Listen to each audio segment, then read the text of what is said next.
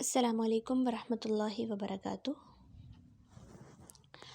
امید ہے کہ آپ سب ایمان اور صحت کی بہترین حالت میں ہوں گے۔ اللہ تعالی ہم سب کو ہمیشہ اچھے حالوں میں رکھے اور اللہ تعالی ہمیشہ ہم سب کو اپنے حفظ و امان میں رکھے، آمین۔ سب سے پہلے تو تفسیر القرآن ود عائشہ خالد میں آپ سب کو اہلا و سہلا مرحبا کہ اس پلیٹ فارم کے ذریعے اللہ تعالی نے آپ کو موقع دیا کہ آپ اس کے کلام کو سیکھیں، سمجھیں اور اپنی زندگی کو بہتر کر سکیں۔ انشاءاللہ اس قرآن کو ہم سیکھیں گے، ہم اس قرآن کو سمجھنے کی کوشش کریں گے اور اس کے بعد پھر ہماری یہ کوشش ہوا کرے گی کہ جو ہم اس قرآن سے سیکھیں اس کو ہم اپنی زندگی میں لا سکیں، ہم اپنے عمل کو بہتر کر سکیں، ہم اپنے اخلاق کو بہتر کر سکیں انشاءاللہ۔ آج کیونکہ آپ کی کلاس کا ڈے 1 ہے تو آج ہم سورۃ الفاتحہ سے سٹارٹ کریں گے۔ ہر کلاس میں آپ کو 10 آیات پڑھائی جائیں گی اور پڑھنے کا طریقہ کار آپ کا یہ ہوگا کہ سب سے پہلے آپ کو آیات کا لفظی ترجمہ بتایا جائے گا، اس کے بعد الفاظ جو ہوں گے اس رکوع کے مشکل الفاظ ان کی وضاحت کی جائے گی اور اس کے بعد اس رکوع کی یا ان آیات کی جو آپ کو دی جائے گی اس کی آپ کو تفسیر بتائی جائے گی انشاءاللہ۔ تو کھولیے سورۃ الفاتحہ، پہلی سورت ہے قرآن مجید کی، یہاں سے ہم آغاز کریں گے۔ سب سے پہلے ہم سورۃ الفاتحہ کا لفظی ترجمہ دیکھیں گے، اس سے پہلے ہم علم کے دعائیں پڑھ لیتے ہیں تاکہ اللہ تعالی ہمارے لیے آسانیاں پیدا کریں اور ہمارے علم میں اضافہ بھی ہو۔ اعوذ باللہ من الشیطان الرجیم، بسم اللہ الرحمن الرحیم۔ رب اشرح لی صدری ویسر لی امری واحلل عقدۃ من لسانی یفقہوا قولی رب زدنی علما اللہم فقہنا فی الدین اللہم انا نسألک علما نافعا ورزقا طیبا وعملا متقبلا آمین یا رب العالمین۔ آیت نمبر 1 ہے، الحمد، ہر قسم کی تعریف، للہ، اللہ تعالیٰ کے لیے ہے، رب العالمین، جو تمام جہانوں کا رب ہے، الرحمن، نہایت مہربان، الرحیم، بہت رحم کرنے والا ہے، مالکی، مالک ہے، یوم الدین، بدلے کے دن کا، ایاکا، صرف تیری ہی، نعبدو، ہم عبادت کرتے ہیں، و ایاکا، اور صرف تجھ سے ہی، نستعین، ہم مدد مانگتے ہیں، اہدنا، ہمیں ہدایت دے، الصراط المستقیم، سیدھے راستے کی، صراط، راستہ، الذین، ان لوگوں کا جو، انعمت، تو نے انعام کیا، علیہم، ان پر، غیری، نہ، المغضوبی، غضب کیا گیا، علیہم، ان پر، ولا، اور نہ، الضالین، وہ سب گمراہ ہوئے، آمین۔ الفاظ کی وضاحت ہے، اس رکوع کو سمجھنے کے لیے، ترجمے کو یاد کرنے کے لیے کچھ الفاظ کو ہم کھول کر دیکھیں گے تاکہ ترجمہ یاد کرنا ہمارے لیے آسان ہو جائے، کیونکہ ہم جانتے ہیں کہ عربی اور اردو زبان ایسی زبانیں ہیں جو دونوں آپس میں ملتی جلتی ہیں۔ دونوں زبانوں کے بہت سے الفاظ ایسے ہیں جو کہ دونوں زبانوں میں آئے ہیں، یا پھر ایک زبان کے جو الفاظ ہیں وہ دوسری زبان میں بھی استعمال ہوتے ہیں۔ مثلاً اگر ہم دیکھیں، سب سے پہلے ہمارے پاس ہے الحمد، سب تعریف۔ اگر ہم الحمد کا روٹ ورڈ دیکھیں تو الحمد کا روٹ ورڈ ہے ح میم دال۔ اب آپ کے ذہن میں یہ سوال آ رہا ہوگا کہ روٹ ورڈ کسے کہتے ہیں؟ دیکھیے، روٹ ورڈ کہتے ہیں کہ 3 حروف ایسے حروف جن سے اور بھی بہت زیادہ الفاظ بنتے ہوں، مثلاً ہا میم دال آپ لکھیں روٹ ورڈ، اس سے آپ کے ذہن میں کون سے الفاظ ایسے آتے ہیں جو کہ اردو زبان میں بھی بنتے ہوں؟ آپ نے سنا ہوگا احمد، محمود، حمد، حامد، حماد، تو یہ سب نام جو ہیں ہا میم دال روٹ ورڈ سے بنتے ہیں۔ تو الحمد سب تعریفیں، للہ اللہ تعالیٰ کے لیے ہیں۔ اس کے بعد آیت کے آخر میں جو الفاظ آ رہا ہے، لفظ آ رہا ہے العالمین، تمام جہانوں کا۔ العالمین کا اگر ہم روٹ ورڈ نکالنا چاہیں تو شروع کا جو الف لام ہے اس کو الگ کر دیں، اور جو آخر میں یا نون ہے اس کو الگ کر دیں۔ درمیان میں ہمارے پاس کون سے 3 حروف رہ گئے؟ عین، لام، میم۔ اب عالم آپ نے اردو زبان میں سنا ہوگا، عالم کہتے ہیں دنیا کو، عالم اسلام، عالم برزخ، عالم کفر۔ تو یہ سب الفاظ ایسے ہیں جو کہ عین، لام، میم روٹ ورڈ سے بنتے ہیں۔ آپ کی آسانی کے لیے میں آپ کو یہ بھی بتا دوں کہ جب آپ الفاظ کی وضاحت دیکھیں تو آپ یہ کوشش کریں کہ آپ کے پاس آپ کی پینسل، آپ کا قرآن مجید اور آپ کی نوٹ بک ہونی چاہیے جس پہ آپ ساتھ ساتھ لکھتے جائیں۔ جیسے میں آپ کو سمجھاؤں ویسے ویسے آپ اس کو نوٹ کرتے جائیں تاکہ بعد میں ترجمہ یاد کرنا آپ کے لیے آسان ہو جائے۔ آیت نمبر 2 پہ آئیے، الرحمن۔ شروع کا جو الف لام ہے اس کو الگ کر دیں اور آخر کا جو نون ہے اس کو الگ کر دیں۔ درمیان میں کون سے حروف رہ گئے؟ را، حا، میم۔ اور رحیم میں بھی اگر ہم اس کا روٹ ورڈ نکالیں تو کون سے روٹ ورڈ ہمارے پاس آئیں گے؟ را، حا، میم۔ رحمت، رحیم، راحم اسی روٹ ورڈ سے آتے ہیں۔ تو الرحمن نہایت رحم کرنے والا، الرحیم بڑا مہربان۔ مالکی 3 حروف ہیں، یہ تینوں ہی اس کے روٹ ورڈ میں آئیں گے، میم، لام، کاف۔ اب میم، لام، کاف سے اردو زبان میں آپ نے سنا ہوگا ملکیت، مالک، املاک، وہ اسی روٹ ورڈ سے آتے ہیں، ٹھیک۔ اس کے بعد یومی، یا، واو، میم روٹ ورڈ ہوگا، اور اردو زبان میں بھی آپ نے سنا ہوگا یوم کسے کہتے ہیں؟ دن کو۔ تو یہاں پر یوم کا کیا ترجمہ ہوگا؟ یوم کا دن، یوم الدین بدلے کے دن کا، روز جزا کا مالک ہے۔ آگے دیکھیے، نعبدو، نون الگ کر دیں، شروع کا جو نون ہے وہ الگ کر دیں اور آخر میں عین، با، دال الگ کر دیجئے۔ عین، با، دال اس کا روٹ ورڈ ہوگا، اور اسی سے اردو زبان میں آپ نے سنا ہوگا عبادت، عابد، معبود اسی روٹ ورڈ سے آتے ہیں۔ ان سب کا روٹ ورڈ کیا ہوگا؟ عین، با، دال۔ شروع کا جو نون ہے، نون زبر نا، وہ آیا ہم کے لیے، نعبدو ہم عبادت کرتے ہیں۔ اس کے بعد وا اور، اچھا قرآن مجید میں کچھ الفاظ ایسے آئیں گے جو کہ بہت زیادہ استعمال ہوں گے اور ان کا ہر جگہ ترجمہ ایک ہی ہوگا۔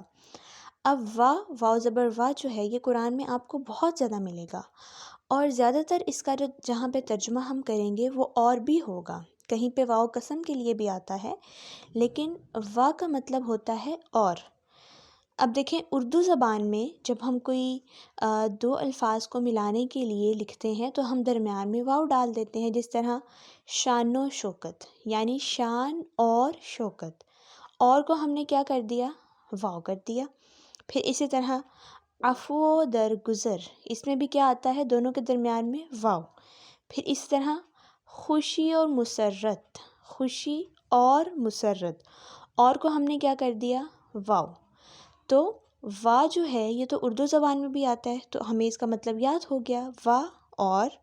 نستعین ہم مدد مانگتے ہیں، شروع کا نون اور سین الگ کر دیں، نون، سین، تا الگ کر دیں، آخر میں ہمارے پاس رہ گیا عین، یا، نون، ٹھیک ہو گیا۔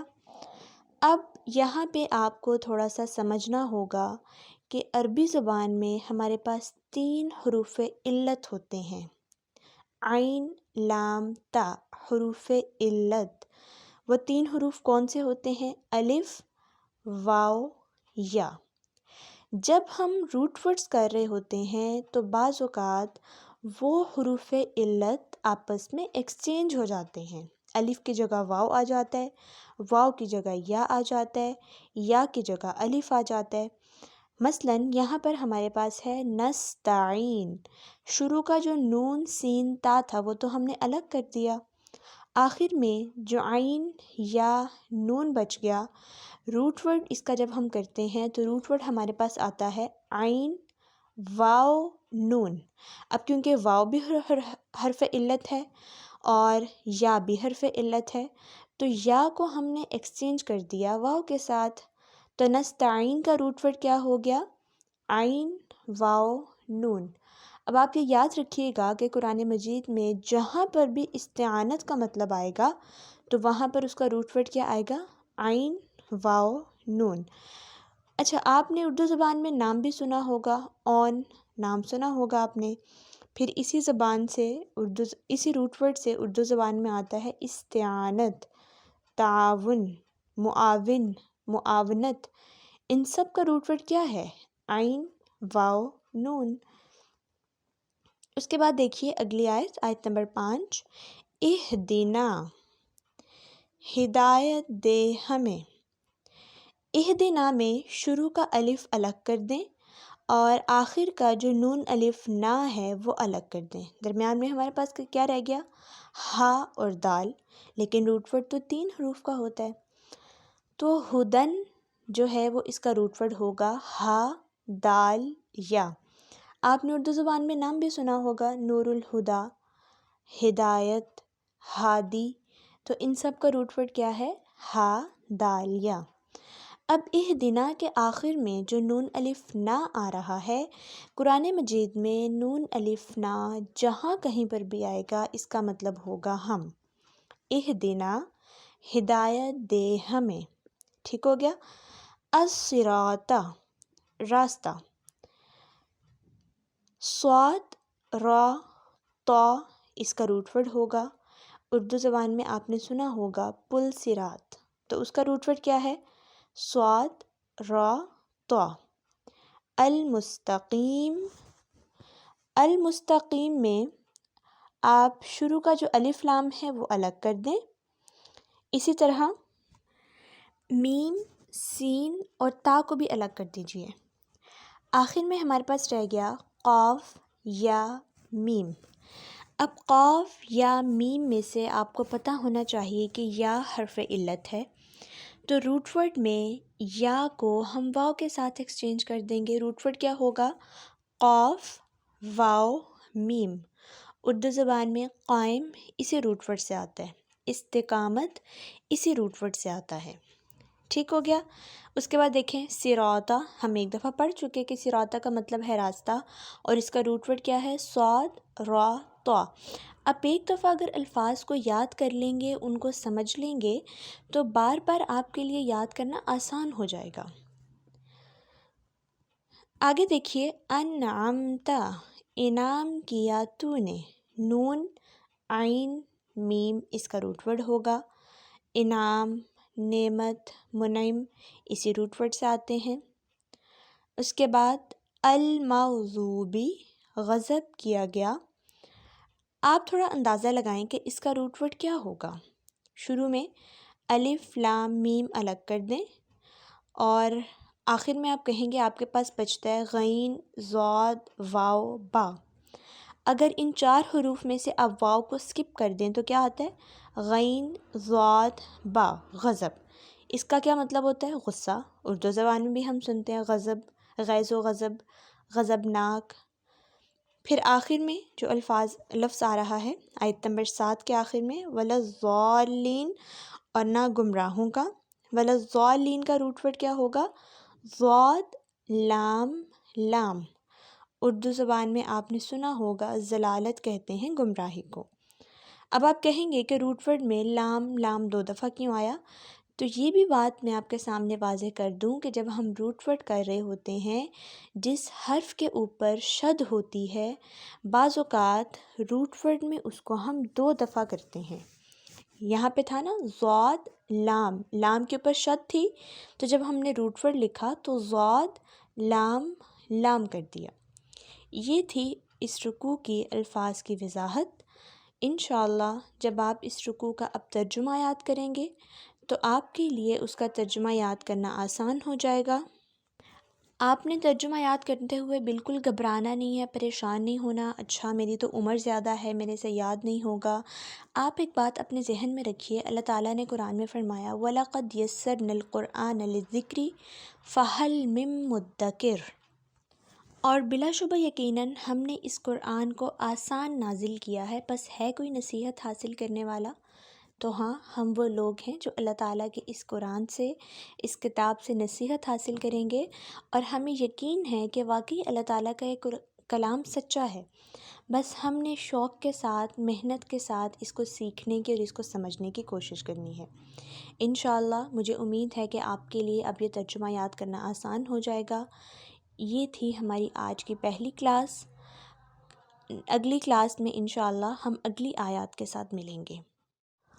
اعوذ باللہ من الشیطان الرجیم، بسم اللہ الرحمن الرحیم۔ تفسیر ہے سورۃ الفاتحہ کی۔ سب سے پہلے سورۃ الفاتحہ کا تعارف ہے۔ فاتحہ سے کیا مراد ہے؟ فاتحہ اسے کہتے ہیں جس سے کوئی چیز شروع کی جائے۔ قرآن پاک کا آغاز اس سورت سے ہوتا ہے، اس لیے اس کو سورۃ الفاتحہ کہتے ہیں۔ قرآن مجید کی تلاوت، کتابت اور نماز کی قرأت اسی سے شروع ہوتی ہے، اس لیے ہم اس کو سورۃ الفاتحہ کہتے ہیں۔ قرآن و حدیث سے ہمیں سورۃ الفاتحہ کے بہت سے نام ملتے ہیں، جیسے ام القرآن، ام الکتاب، سبع مثانی، قرآن عظیم، الحمد، الصلاۃ، الشفا، الکنز، الرقیہ۔ سورۃ الفاتحہ مکہ میں نازل ہوئی۔ مصحف میں ترتیب کے اعتبار سے پہلے نمبر پر اور ترتیب نزولی کے اعتبار سے یہ سورت 5ویں نمبر پر ہے۔ اس سورت کی 7 آیات ہیں۔ اس سورت کی فضیلت کے بارے میں سیدنا ابو سعید بن معلیٰ نے بیان کیا کہ نبی صلی اللہ علیہ وسلم نے مجھ سے فرمایا کہ آج میں تمہیں مسجد سے نکلنے سے پہلے ایک ایسی سورت کی تعلیم دوں گا جو قرآن مجید کی سب سے بڑی سورت ہے۔ پھر آپ صلی اللہ علیہ وسلم نے میرا ہاتھ اپنے ہاتھ میں لے لیا، اور جب آپ صلی اللہ علیہ وسلم باہر نکلنے لگے تو میں نے یاد دلایا کہ آپ نے مجھے قرآن مجید کی سب سے بڑی سورت بتانے کا وعدہ کیا تھا۔ تو آپ صلی اللہ علیہ وسلم نے فرمایا الحمدللہ رب العالمین، یہی وہ سبع مثانی اور قرآن عظیم ہے جو مجھے عطا کیا گیا ہے۔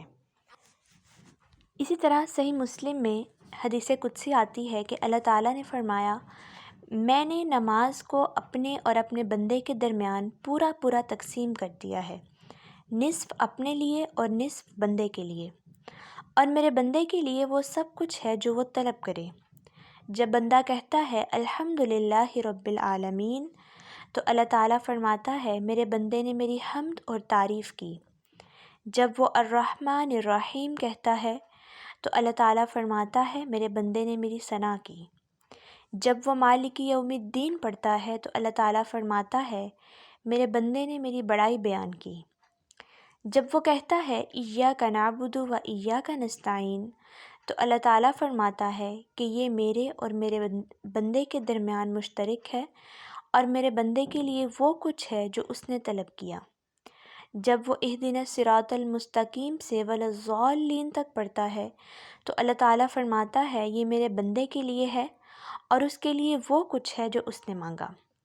ہم اگر اپنی نمازوں کا جائزہ لیں تو جب ہم نماز میں سورۃ الفاتحہ پڑھتے ہیں تو ہمیں تو یہ بھی نہیں پتہ ہوتا کہ ہم نے سورۃ الفاتحہ مکمل پڑھی بھی ہے یا نہیں، یعنی ہم بالکل اس کو طوطے کی طرح پڑھ رہے ہوتے ہیں، ہمیں نہیں پتہ چل رہا ہوتا کہ ہم سورۃ الفاتحہ میں اللہ تعالیٰ سے کیا مانگ رہے ہیں۔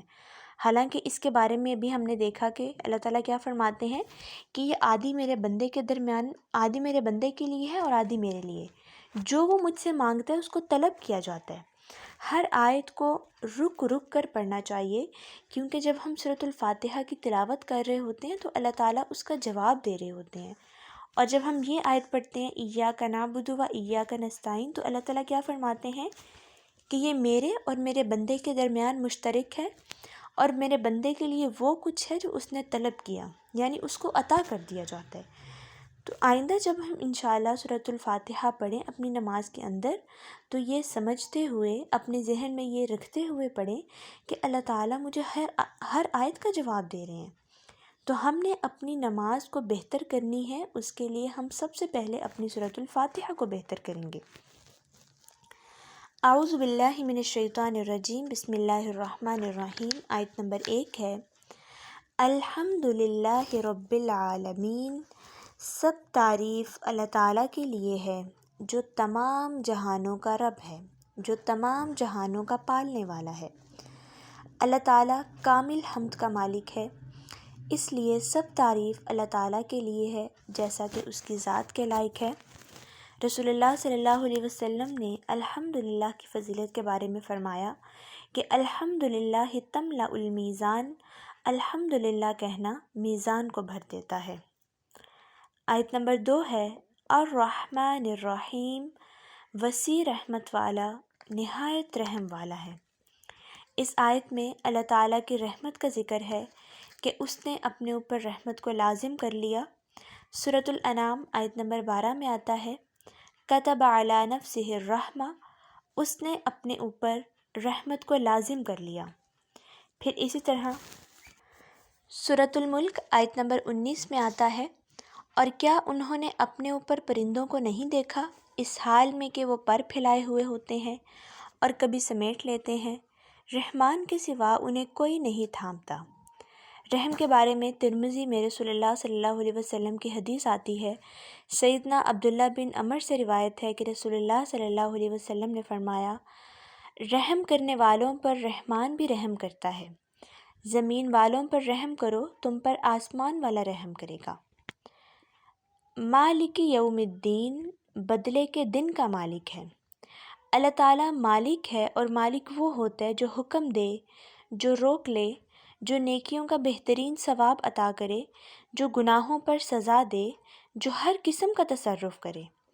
اللہ تعالیٰ کے مالک ہونے سے مراد کیا ہے کہ اس دن ہر چیز اس کے قبضہ قدرت میں ہوگی، کوئی فیصلہ اس کی مرضی کے بغیر نہیں ہو سکے گا۔ اس دن کوئی سفارش، کوئی دوستی، کوئی تجارت کام نہیں آئے گی۔ سیدنا عبداللہ بن عمر سے روایت ہے کہ رسول اللہ صلی اللہ علیہ وسلم نے فرمایا، قیامت کے دن اللہ تعالیٰ آسمانوں کو لپیٹ لے گا، پھر انہیں اپنے دائیں ہاتھ میں لپیٹ کر فرمائے گا، میں بادشاہ ہوں، زور والے بادشاہ کہاں ہیں، تکبر کرنے والے کہاں ہیں؟ پھر زمینوں کو اپنے دائیں ہاتھ میں لے کر فرمائے گا، انا الملک، انا الملک، میں بادشاہ ہوں، زور والے بادشاہ کہاں ہیں، تکبر والے بادشاہ کہاں ہیں؟ تو جزا کے دن لوگوں کو ان کے اعمال کا پورا پورا بدلہ دیا جائے گا۔ جزا کے دن اللہ تعالیٰ کی کامل ملکیت کا اظہار لوگوں پر ہو جائے گا۔ پھر فرمایا، ایاک نعبد، ہم صرف تیری ہی عبادت کرتے ہیں، یعنی ہم ایک اللہ تعالیٰ کو عبادت کے لیے مخصوص کرتے ہیں، و ایاک نستعین، اور ہم صرف تجھ سے ہی مدد مانگتے ہیں، یعنی اللہ تعالیٰ سے ہی ہم مدد مانگتے ہیں، اللہ تعالیٰ کے سامنے ہی ہم اپنی ضروریات رکھتے ہیں، کیونکہ اللہ تعالیٰ کے علاوہ تو کوئی انسان کی مدد نہیں کر سکتا۔ تو استعانت کے لیے ہم صرف اللہ تعالیٰ کو مخصوص کرتے ہیں، اور استعانت کا مطلب ہوتا ہے کہ پورے شوق کے ساتھ، پورے یقین کے ساتھ اللہ تعالیٰ پر اعتماد رکھنا اور اللہ تعالیٰ پر بھروسہ کرنا۔ پھر فرمایا، اہدنا الصراط المستقیم، ہمیں سیدھے راستے پر چلا۔ جب ہم نماز میں یہ آیت پڑھ رہے ہوتے ہیں تو ہم اللہ تعالیٰ سے دعا کر رہے ہوتے ہیں کہ یا اللہ، کہ ہماری سیدھے راستے کی جانب رہنمائی فرما اور ہمیں اس پر چلنے کی توفیق عطا فرما۔ اب سوال یہاں پر یہ پیدا ہوتا ہے کہ سیدھا راستہ کون سا ہے؟ ہمیں کیسے پتہ چلے کہ یہ سیدھا راستہ ہے اور ہمیں اس پر ہی چلنا ہے؟ اس کی تفسیر آگے آئی۔ صراط الذین انعمت علیہم، سیدھا راستہ کون سا ہے؟ ان لوگوں کا جن پر تو نے انعام کیا، یعنی جن لوگوں پر تو نے انعام فرمایا یا اللہ ہمیں ان کے راستے پر چلانا۔ اور صراط مستقیم سے مراد انبیاء، شہداء، صدیقین اور صالحین کا راستہ ہے۔ پھر اسی طرح انعام یافتہ لوگوں سے مراد وہ لوگ بھی ہیں جو اہل ہدایت ہیں، وہ لوگ جن کو اللہ تعالیٰ نے اپنے راستے پر استقامت دی۔ نبی صلی اللہ علیہ وسلم دعا کیا کرتے تھے، اللہم الہمنی رشدی واعذنی من شر نفسی، اے اللہ میرے دل میں میری ہدایت ڈال دیجئے اور مجھے میرے نفس کی برائی سے بچا لیجئے۔ اس طرح مفسرین یہ بھی کہتے ہیں کہ صراط مستقیم سے مراد اسلام کا راستہ ہے، یعنی وہ راستہ جو اللہ تعالیٰ نے انسانوں کے لیے کھولا، جس پر چلنے کی دعوت اس کے رسولوں نے دی، جس پر اس کے نیک بندے چلتے رہے، جو ہمیں اس کی رضا اور جنت تک لے جا سکتا ہے۔ سیدھا راستہ صرف اللہ تعالیٰ ہی دکھا سکتا ہے اور اس پر صرف اللہ تعالیٰ ہی چلا سکتا ہے۔ تو انسان کو سیدھے راستے کی دعا کرتے رہنا چاہیے، کیونکہ جب تک انسان خود اپنے لیے دعا نہیں کرتا تو اللہ تعالیٰ بھی انسان کے لیے راستے نہیں کھولتے۔ پھر فرمایا غیر المغضوب علیہم ولا الضالین، جن پر نہ غصہ کیا گیا اور جن پر وہ جو گمراہ ہوئے، یعنی اے اللہ ہمیں ان لوگوں کا راستہ نہیں دکھانا جن پر آپ نے غصہ کیا اور وہ جن کو آپ نے گمراہ کیا۔ المغضوب علیہم سے مراد یہود ہیں اور ولا الضالین گمراہ لوگوں سے مراد عیسائی ہیں۔ مغضوب علیہم لوگوں کے ساتھ ہمارا رویہ کیسا ہونا چاہیے؟ حافظ ابن قیم لکھتے ہیں کہ مومنوں پر یہ حق ہے کہ وہ ان پر غضبناک ہوں۔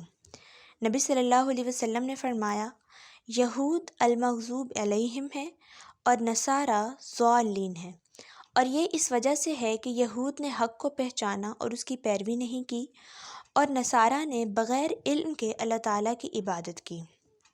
تو عیسائی گمراہ ہو گئے۔ وہ گمراہ کیوں ہوئے؟ کیونکہ عیسائی اگرچہ علم کرنے والے تھے مگر ان کا طریقہ عمل غلط تھا۔ عیسائیوں نے انبیاء اور صالحین کے معاملے میں غلو کیا، انہوں نے عبادات میں بدعت نکالی جیسے رہبانیت۔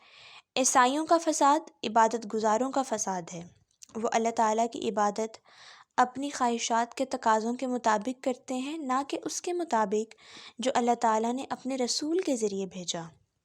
نبی صلی اللہ علیہ وسلم نے فرمایا کہ مجھے میرے مقام سے نہ بڑھاؤ جیسے عیسائیوں نے سیدنا عیسیٰ علیہ السلام کا مقام بڑھا دیا تھا۔ اب سوال یہاں پر یہ پیدا ہوتا ہے کہ ہم گمراہی سے کیسے بچ سکتے ہیں؟ اس کے لیے صحیح مسلم میں آتا ہے کہ رسول اللہ صلی اللہ علیہ وسلم نے فرمایا سنو، میں تم میں 2 چیزیں چھوڑے جا رہا ہوں، ان میں سے ایک اللہ تعالیٰ کی کتاب جو اللہ تعالیٰ کی رسی ہے، جو اس کی پیروی کرے گا وہ ہدایت پر ہوگا اور جو اسے چھوڑے گا وہ گمراہ ہو جائے گا، اور دوسری چیز نبی صلی اللہ علیہ وسلم کی سنت۔ اگر ہم قرآن و سنت کو تھامے رکھیں گے تو ہم گمراہ نہیں ہوں گے، لیکن اگر ہم نے قرآن کو بھی چھوڑ دیا اور سنت کو بھی چھوڑ دیا تو پھر ہم سیدھے راستے پر کیسے ثابت قدم رہ سکیں گے؟ یہ تھا سورۃ الفاتحہ کا پہلا رکوع اور اس کی مختصر تفسیر، اتنی سی تفسیر جس سے آپ کے سامنے آیات واضح ہو جائیں۔ ہماری پہلی کلاس آج مکمل ہوئی، انشاءاللہ اگلی کلاس میں نئی آیات کے ساتھ ملیں گے۔ مجھے امید ہے تب تک کے لیے آپ ان آیات کو سمجھیں گے، آپ دوبارہ ان کو دیکھیں گے اور ان پر تدبر بھی کریں گے۔ جزاکم اللہ خیر۔ سبحانک اللہم و بحمدک، نشہد ان لا الہ الا انت، نستغفرک و نتوب الیک۔ السلام علیکم ورحمۃ اللہ وبرکاتہ۔